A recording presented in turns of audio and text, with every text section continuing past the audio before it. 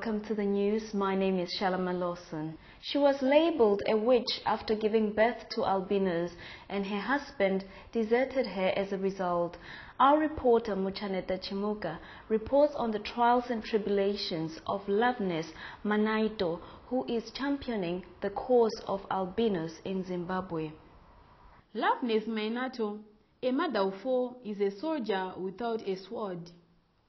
13 years ago, she gave birth to a daughter with albinism, hearing and speech impairments. 7 years later, she had another child with albinism, and that is when her nightmares began. Giving birth to albino children was seen as a curse on the family. Loveness Manaito became a victim of verbal and emotional abuse from her husband's relatives. Life became difficult for her. I have 4 children. 2 of them are albinos. His relatives as well. It couldn't go well with them because they didn't take albinism just as a natural thing from God. They take it as a myth, as a sort of a punishment, as a result of witchcraft, as a result of prostitution. So they'd to call all sorts of names to my children and me as well. Even her husband could not help her to carry the burden of looking after her children with albinism. Her husband deserted her. After having these albino children, it did not go well with him, so he decided me to and went to Botswana. We had so many problems before he went to Botswana just because of having these albino children, to the extent that he ended up having extramarital affairs. Loveness did not lose hope. In 2010, she founded the Albino Charity Organization of Zimbabwe, ALCOZ, to assist people with albinism. Today, ALCOZ has over 1,000 members countrywide, helping to promote the rights of people with albinism. Organization yedu kubva takatanga kuoperate since 2009, tichizowana registration certificate 2010. Vazhinji vabatsirikana chaizvo. Her sister-in-law, Itai Makurumire, who also has children with albinism, offered her a house in Chitungwiza to accommodate homeless albinos.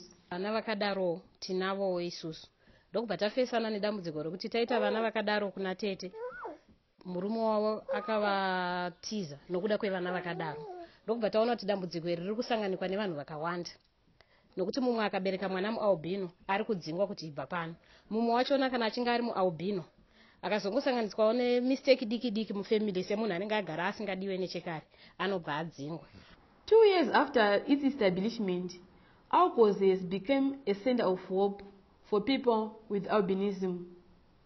Many people countrywide have benefited from the center, which also offers counseling and support to victims of abuse and discrimination. We fundraise, we buy some lotions and give to other less privileged albinos. Loveness has managed to make a difference, not only in the lives of her children, but to a whole community of people living with albinism.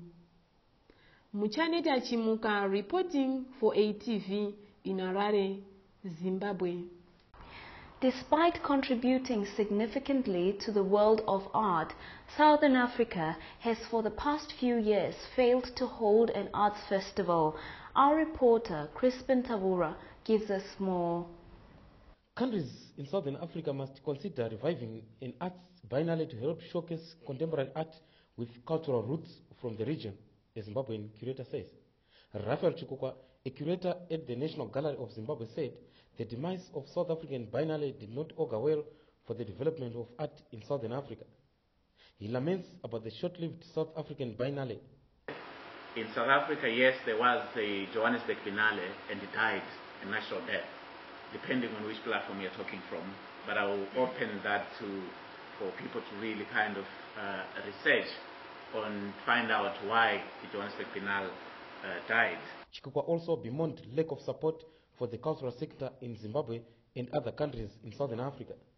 This, he said, was in contrast to the level of support the cultural sector enjoys in West Africa. And in Senegal, you've got a lot of artists who are coming out of Senegal. The late Mustafa Dime whose studio is at the Gore Island, and the slave house is still there. It has been now declared a museum, and it's also part of the UNESCO building, which is being protected. So I'm lucky that I've been traveling to Dakar for the Binale and stay in Gore and realizing that the importance of culture and in people is what is Senegal is actually trying to harness. Chikukwa hailed the recent visit by artists from Southern Africa to Senegal and other parts of West Africa as bridging the Francophone Africa and Anglophone Africa divide.